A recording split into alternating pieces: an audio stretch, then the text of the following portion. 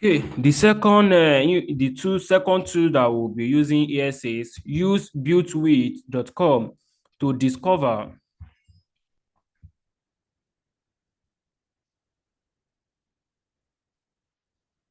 Use builtwith.com to discover website technology on udemy.com. So here says we should make use of Bootwith, and let's see how Bootwith works and I'll see how Bootwith looks like. So I'm going to browse to I will go to my browser. Once I'm in my browser, I'm going to type builtwith.com and hit enter key.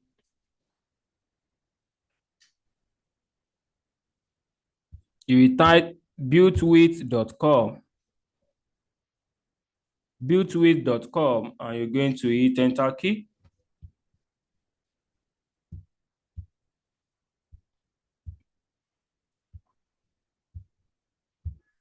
Hold on for me. Let me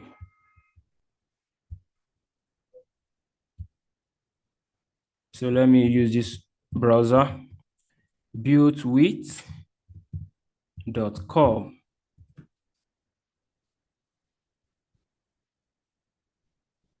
Okay, so here is the website, builtwith.com. So this builtwith.com, we can use it to find what a website is built with, to use to discover all the technology that a website is using. You can use it to do a lot of things about a website, to know what type of web server they are running, and to run a lot of research on the victim. Okay, so yeah, if I come here, inside this slide, he said that we should use it for udemy.com. So if I go to this website, I need to type the website I want to know everything about. So if I type udemy.com and I hit enter key. So once I type udemy.com and I hit enter key, it's going to show you everything about Udemy. But if I come here, you come to detail. If I come to detail, this guy will be asking me to pay some price. But if I just use a sample, just use a sample. This sample, the website that I'm using it for is a wayfair.com. So if I want to check the information about this website, this Bluetooth is going to show you a lot of information. It's going to show you a lot of information. But if I drag down, you can actually have time to be going through all the information. So if you drag down, you'll be now going up, you'll be seeing all the information that you need. You can see that the web hosting provider they are using is a Amazon. So they are using Amazon as a web hosting provider, and the analytics and tracking they are using is a Creator IQ. So the name server they are using is a DNS SEC, which is a domain name system security extension. So that's what they are using. So if you drag down, you'll be dragging up, you'll be seeing a lot of information that you can gather about that particular victim, which is the website. So if you go up, this guy is going to show you a lot of message. Going to show you a lot of message here. Now you're going to see the web server that they are using is a Apache. So this particular website is using Apache. But if I go and check the latest version of Apache, if it is not 2.4, that means that that is another weaknesses. So if you see the operating system, they are running Ubuntu. They are running Ubuntu as an operating system. So if you come up, you still see a lot of information. You see here, this particular website running, and the website that they are running is what? Apache Tomcat. They are running Apache Tomcat. That's another information. So you can actually be dragging up and be dragging up. You'll be seeing a lot of information about the particular website. You drag on. The name server is a DNS SEC. The web server is a Apache. You see a lot of information about the particular website. So that's how you make use of built with. So if you go up, you will see all what the website is built with. You will see maybe the website is a SSL certificate. If the website is SSL certificate, you will see the web hosting provider.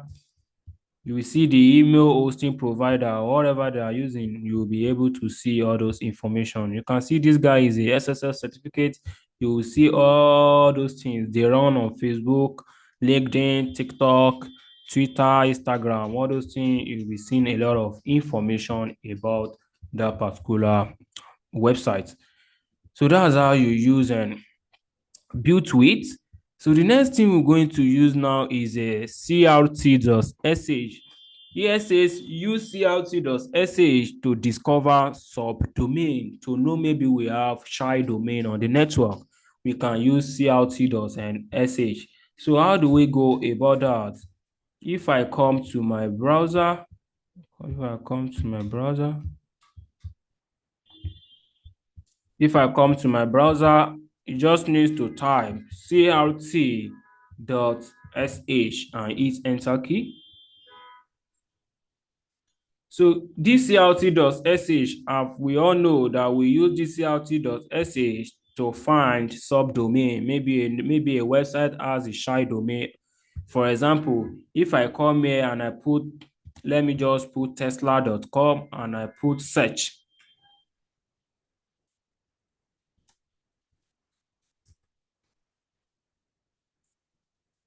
Let me check udemy.com and you click on search. So I want to know maybe udemy.com has a shy domain. So you put the domain name and you click on search.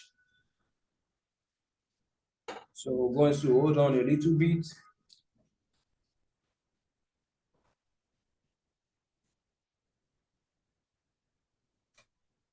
So hold on for this guy to display all those things.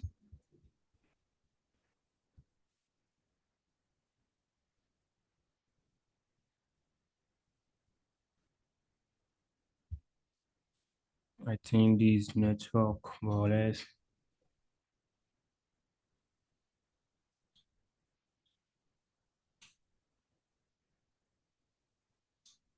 Let me check another website. Google.com. Click on search.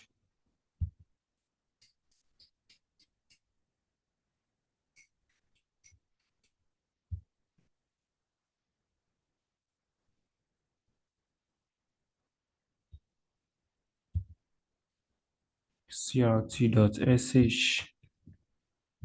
If you put google.com, click on search.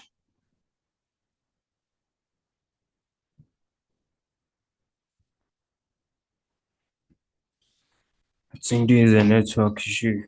So it's going to display all the available subdomain that Google have. We're going to display everything. So we're going to hold on for this thing to come out.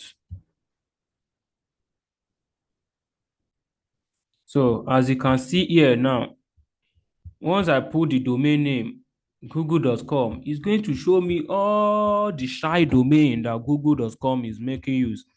So if you drag down, you're going to see a lot of shy domain. Google has a lot of shy domain. We have the first one that is a admin at google.com. We have another one that is docs.google.com, mail.google.com, plus.google.com, site.google.com. We have a lot of shy domain. We have adword.google.com.ar. So google.com has a lot of shy domain. So that crt.sh is to discover a subdomain, to see how many subdomain a company making use. So you can browse to any one of it. Let me test this one, accounts.google.com. So if I copy, I can open it in another terminal.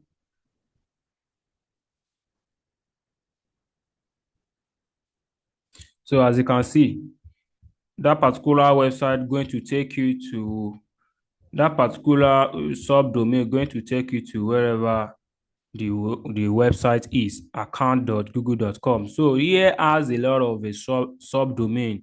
So that's the function of that crc.sh. We use it to discover a shy domain on the network. So let's move to the next one.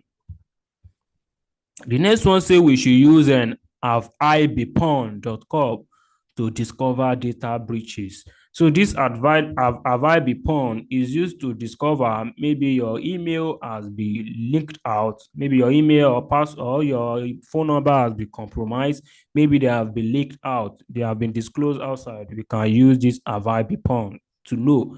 So if you goes to your browser, you need to browse to avibpwn.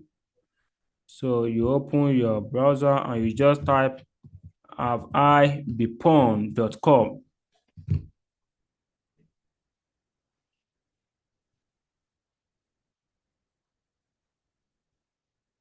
So you're going to type avibpwn.com. Here say you should verify you are not a robot. Press and hold Window plus R. Window R. Okay. Press and hold Window plus R, Control V, enter to finish. Window R, Control V, and enter.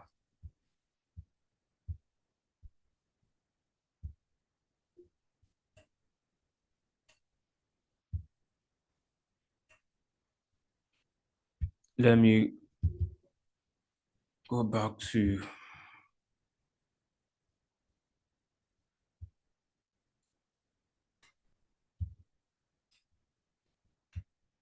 ah now wow, I'll just see something like that too.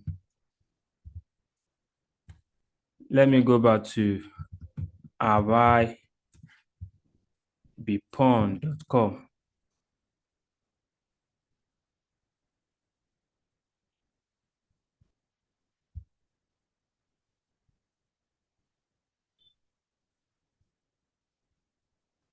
I'm coming. Let me open another browser. I don't know what's going on with this browser.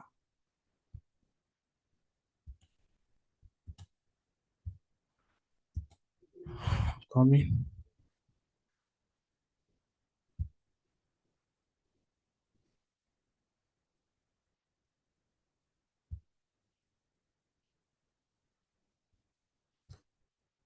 So let me open another browser. I think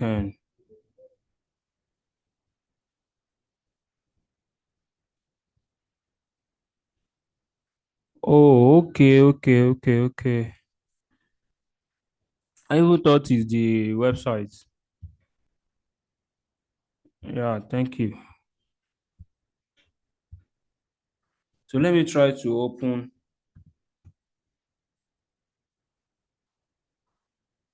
a new terminal.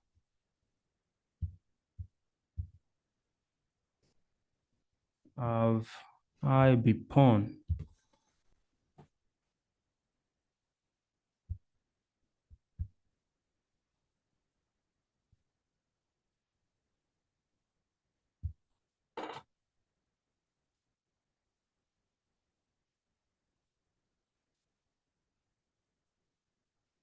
Okay, so once you are inside the website is going to look like this. You can check for your email address to check maybe your email address has been compromised.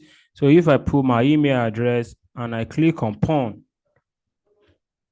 so once you click on pawn, you're going to see a message. So here it says we should verify.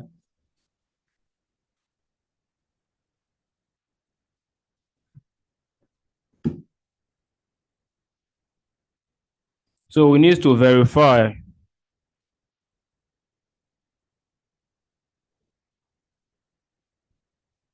So I'm going to put my email again and you click on pawned.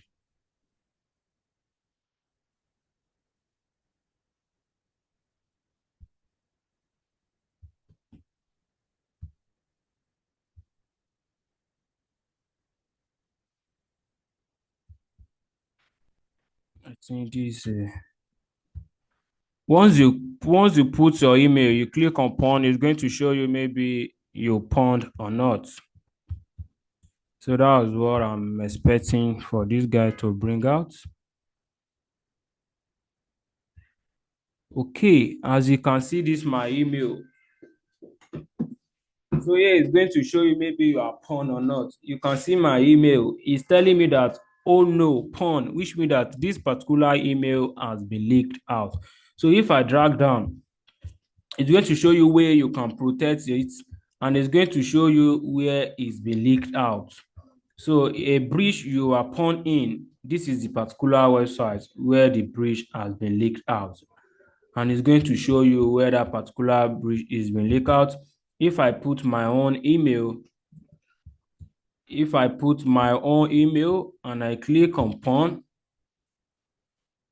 you can see here says good news, no pawn found, which means that my email is secure. So anytime you see pawn, it's showing you that your email has been leaked out. So that's how you make use of have I be pawn. You can actually check your phone number as well.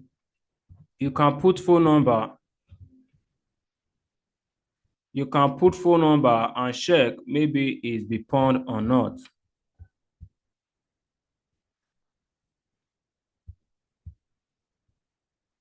So if it is pawned, you're going to see message that say pawn, and if it is not pawned, you're going to see the message. So that's how you make use of a have I be pawned to check for data breaches. So let's go to the next one. The next one say we should use an nmap. The next one say we should use an nmap.